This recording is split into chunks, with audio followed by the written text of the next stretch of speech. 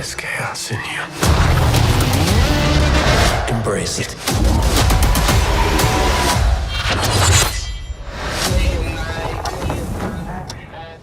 Moon Knight was my most anticipated Marvel TV show of 2022. More than She-Hulk, Secret Invasion, or Miss Marvel, it is streaming exclusively on Disney Plus March 30 onwards. I have watched it, and here is my review for this new hot Marvel TV series. Before we start, here is a quick reminder to please subscribe my channel. A lot of early reviews are on their way.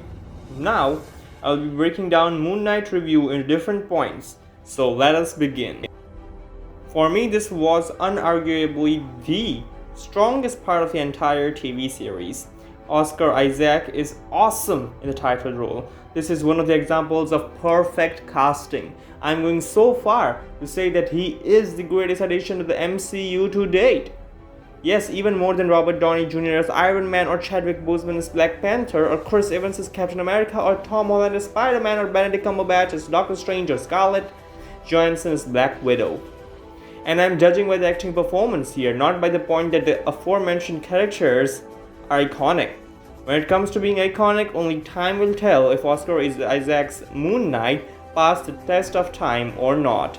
But when it comes to just acting, Oscar Isaac plays this role magnificently. As I've already said, he is the greatest addition to the MCU in terms of acting. Look, it is easier to play roles of playboys, kings, soldiers, gods, and secret agents, but it takes a lot of hardship to play the role of someone who is mentally ill.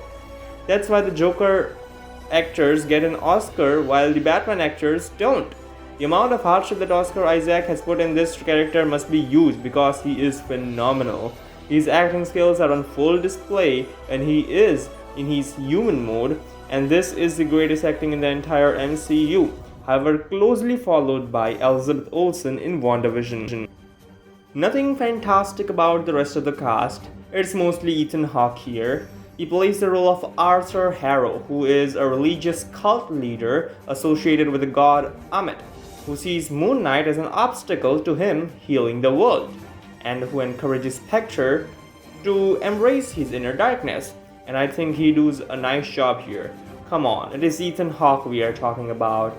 However, every scene is stolen by Oscar Isaac, and nobody, including Ethan Hawke, was able to hold their own against Isaac. I'm talking about Moon Knight separately from Oscar Isaac. Here I will be talking about the superhero Moon Knight, not Oscar Isaac. So, is Moon Knight an excellent addition to the MCU? Well, I don't know how will he fit with the rest of the MCU superheroes. Imagine Moon Knight fighting alongside Ant-Man, or Falcon, or Rocket Raccoon. Lol, let us leave it to Feige. All I can say is how good was he in this show. And I have 3 words. Holy moly guacamole.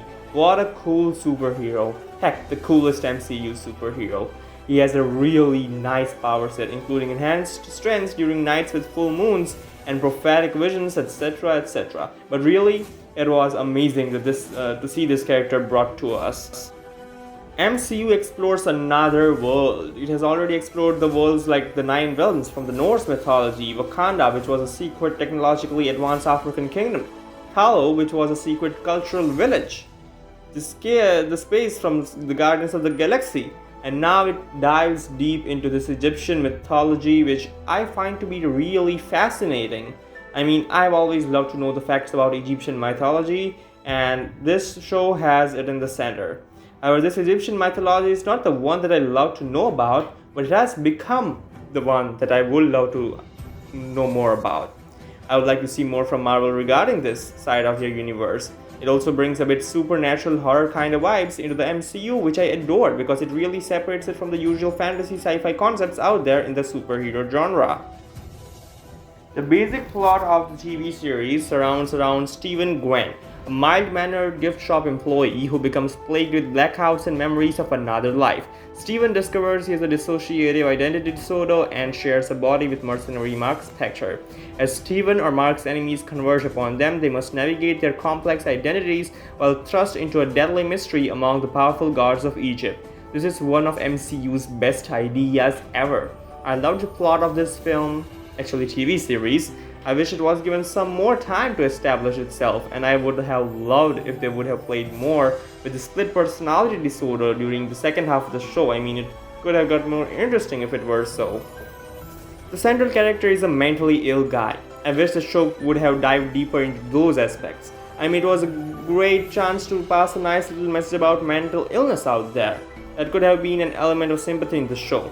But this show lacks moments of sympathy. I'm not saying they don't say anything about mental illness, of course they do in a way, but this should have focused more on this part particularly. Sympathy really works great for the characters. For example, Wanda in the episode 8 of WandaVision. A little bit of emotions could have worked in the show's favor. The hype for Moon Knight was certainly more than Hawkeye or What If, and many were predicting it to be the best MCU show. So, is it the best MCU show? For me, it wasn't. The crown still belongs to Loki, followed by WandaVision. However, Moon Knight is a very close third. Maybe on rewatches it changes to number 2, but I don't think it can take the crown from Loki.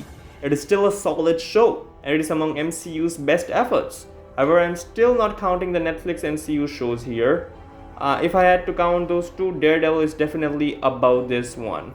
Again, don't get me wrong, I love this one, but I like the others I have mentioned a bit more.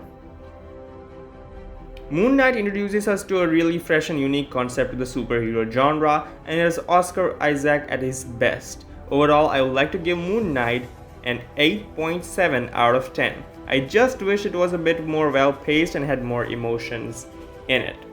So that was my review for Moon Knight. Share your opinion in the comment section down below. Are you excited for this TV show or not?